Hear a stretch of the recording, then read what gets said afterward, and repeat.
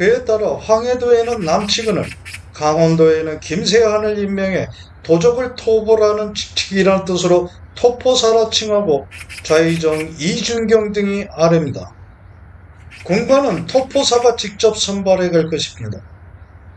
이 일에 대해 사관은 다음과 같이 기록하고 있습니다. 나라에 선량한 정치는 없고 기강은 내려앉아 재상은 마음대로 탐욕을 부린다. 일이 그러하니 백성들의 살갗은 벗겨지고 뼈는 드러났으며 몸속의 지방은 사라지고 피가 마를 만큼 수령은 백성들을 가혹하게만 대하니 항상 불안에 떨어야 하는 백성들은 하소연할 곳 없이 굶주림과 주의까지 절박하여 하루라도 살기가 어려워졌다. 이들이 잠시라도 살기 위하여 도적이 되었다면 그것은 조정의 잘못이지 그들의 죄가 아니다. 어찌 비통하지 않겠는가? 돌이켜 원인을 생각해보면 해결하기가 정말로 어려운 것이 아닌데 이준경은 재상의 자리를 욕보이면서 인을 행할 방도를 구하여 백성들을 교화하는 정치를 하고자 힘쓰지는 않고 오히려 작은 세양지를 없애기 위해 매우 크고 육중한 쇠뇌를 쏘려 하니 이 얼마나 잘못된 일인가. 황해도의 도적이 아무리 제멋대로 날뛴다 해도 그 무리는 불과 8, 9명인데 모이면 도적이고 흩어지면 백성인 것이다. 활짝이 흩어져 존재하여 붙잡을 수 있는 형적이 없음에 열을 갖추어 진을 치고 있는 적국과 전투를 벌이는 것과 같지 않으니 비록 내 도의 병력을 일으켜 일시에 대응하려고 하지만 어디에서부터 비롯해 갈 수 있을 것인가? 흉년으로 삶은 피폐해져 있고 세금 수탈로 백성들의 삶은 헤어나지 못하는 상황인데 또다시 군대를 일으켜 변방에 연이어 머무르게 하면 나라와 백성은 더욱 공공해지게 될 것이다. 그뿐이겠는가? 장수들의 탐욕스러운 행포와 군졸들의 약탈이 더해질 것인데 백성들은 어떻게 생존하라는 것인가? 이러한 움직임은 내도의 백성들을 몰아내어 모두 도적이 되는 결과를 만들어낼 것이니 혹여나 임꺽정을 잡아들이더라도 큰 총기가 안에서 생겨나오듯이 장차 나라가 더욱 위태하고 어지러워질 것이다. 하물며 임꺽정을 반드시 포획할 것이라는 보장도 없지 않은가. 이전에 군대를 움직였을 때도 아무런 성과가 없었던 것이 훌륭한 교훈이 되는데도 임금의 뜻에 순종만 하고 아부하며 대신들은 입을 다물고 소리 없이 있기만 한다. 나란 일이 날마다 잘못되어 가고 있는데도 구하려는 자가 아무도 없으니 한숨만 나오고 눈물만 흘릴 뿐이다. 임꺽정을 잡아들이는 것은 소소한 일이고 그보다 앞서 나라의 정치가 바르게 서야 함을 사관은 안타깝게 말하고 있습니다. 명종이 11세의 나이로 즉위하니 그 어머니 문정왕후 윤씨가 수렴청정을 했는데요.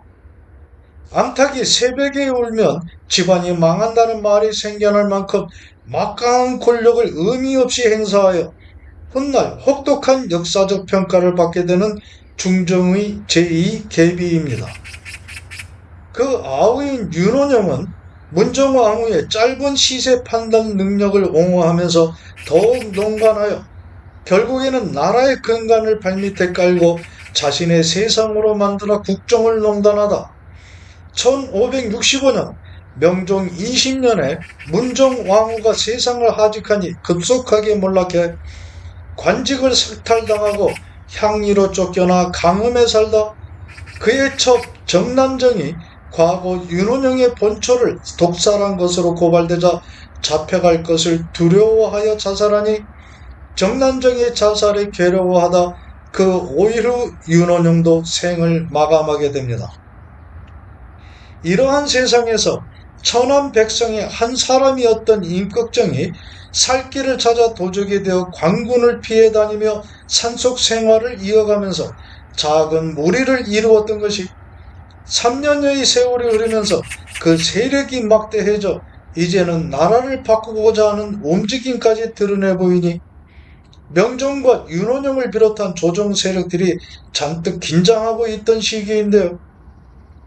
임꺽정의 세력이 처음부터 그렇게 크고 강했던 것이 아니라 나라의 곳곳이 황폐해져 있던 만큼 변방을 지키는 군사들의 위세가 하잘것없어 자그마한 도적의 무리조차 감당하지 못했을 정도였으니 이때 강한 외적의 침입이 없었던 것을 다행으로 생각해야 할 일이기도 합니다.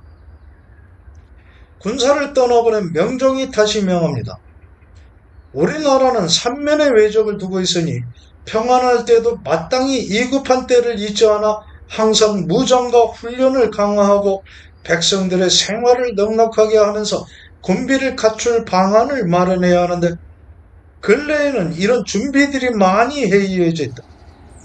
임꺽정이 한낱 작은 도적으로 죄악을 짓고 다니는데도 잡아들이지 못하고 있으니 나라의 체면이 말이 아니게 됐다. 전에 준비했던 군비 강화와 훈련 방안 등을 다시 살펴 대비책을 아뢰도록 하라. 1555년 명종 10년에 을묘해변을 겪으면서 궁극의 사무를 맡아보는 비변사를 전시에만 두던 것에서 상설기관으로 하고 서울과 지방이 양반자재, 각 관하에 소속된 서리, 향리, 관노비, 모든 군사들, 복무 의무자이지만 배나 무명 등을 바치고 실제 복무하지 않는 보인, 그리고 양민과 공노비, 산노비 등 각계각층을 망라한 사람 중에 나이가 젊은 사람들은 활쏘기와 창을 익히게 하여 그것을 정기적으로 시험하고 관리하게 하면서 서울과 지방의 빈한한 집을 제외한 곳에는 긴 화살과 작고 짧은 화살을 비치하게 하는 등의 내용들이었는데요. 이제 네 번째 해를 맞이한 1561년 명종 17년 1월 3일 황해도로 보낸 토포사 남치근이 군관 곽순수와 홍원성 등이 서응했던 임꺽정을 사로잡았다고 아래원이 명합니다. 선정관과 금분왕청, 포도공관 등을 보내 속히 잡아오라. 이번에는 사실이었을까요? 5일 후 명종이 크게 흡족해하면서 다시 명합니다.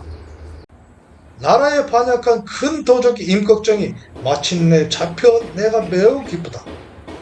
토포사 남측은 군관 곽순수와 홍원성 등에게 한 풍계를 더하여 주도록 하라. 다음날 간원의 아뢰 중에 있기를 도적의 개수가 비록 죽었으나 군과 민의 사상자는 알 수 없는 정도입니다. 그로 인해 황해도 백성들의 오난과 고통이 극에 달해 그 참혹함이 이루 말할 수 없는 정도라고 합니다. 했는데요. 아마도 도적들을 수색해 갈 당시에 토포사 남측은이 그들을 구분함에 있어 무분별하게 행동하여 그로 인한 억울한 사상자가 많이 발생했기 때문인 것 같습니다.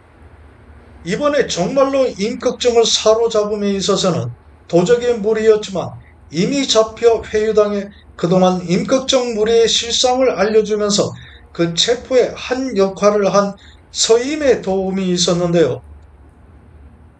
토포사 남측은을 따라가 그 옆에서 내내 토볼 때의 눈과 귀의 역할을 해왔던 터였는데 사로잡힌 도적의 무리 중 유리라는 자가 서임이 임꺽정과 몰래 통해왔다고 진술해 오히려 의금부에서 서임에게 고문을 가하면서 신문할 것을 청해오니 명종은 각 신료들에게 그에 대해 의논할 것을 명했고요. 그러나 서임을 미워한 도적 유리의 이가 나는 말이라는 생각이 주류가 되어 서임은 그 신변이 위태로워질 상황을 벗어나게도 됩니다. 며칠 후 형제의 아렘 중에 있기를 도적의 괴수는 이미 처단했습니다 하고 있는데요. 이상이 실록에 기록되어 있는 임꺽정의 마지막에 대한 서술의 전부입니다. 실록에는 임꺽정의 개인 행적에 대한 구체적인 기록이 거의 없다시피 하고요. 그만큼 조정을 괴롭히고 나라에 큰 피해를 입힌 당사자이기 때문일까요? 용의 머리로 시작하여 뱀의 꼬리로 끝나는 것처럼 선뜻 이해되지 않는 역사에 대한 기술이 아닐 수 없다는 생각입니다.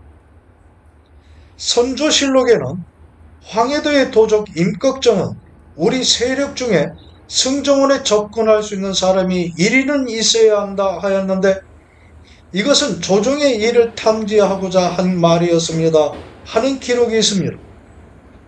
또 다른 기록은 지금 바다를 둘러싸고 있는 외적이 준동하지 않는 지역이 없지만 살인을 금하고 있으니 이것은 외적의 괴수에게 깊은 계책이 있기 때문이고 백성을 해치던 임꺽정과는 다른 자입니다 하는 기록도 있습니다.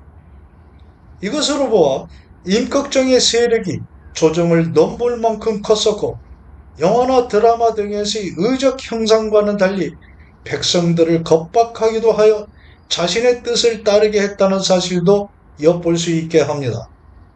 정조실록에서는 힘쓰는 자들을 끌어모으기 위해 여러 도를 돌아다녔으니 바로 임꺽정이 무리를 모았던 행적과 같았다 하고 있으니 임꺽정이 무작정 도적 행위만을 목표로 해 활동한 것만은 아니었다는 생각도 해보게 됩니다.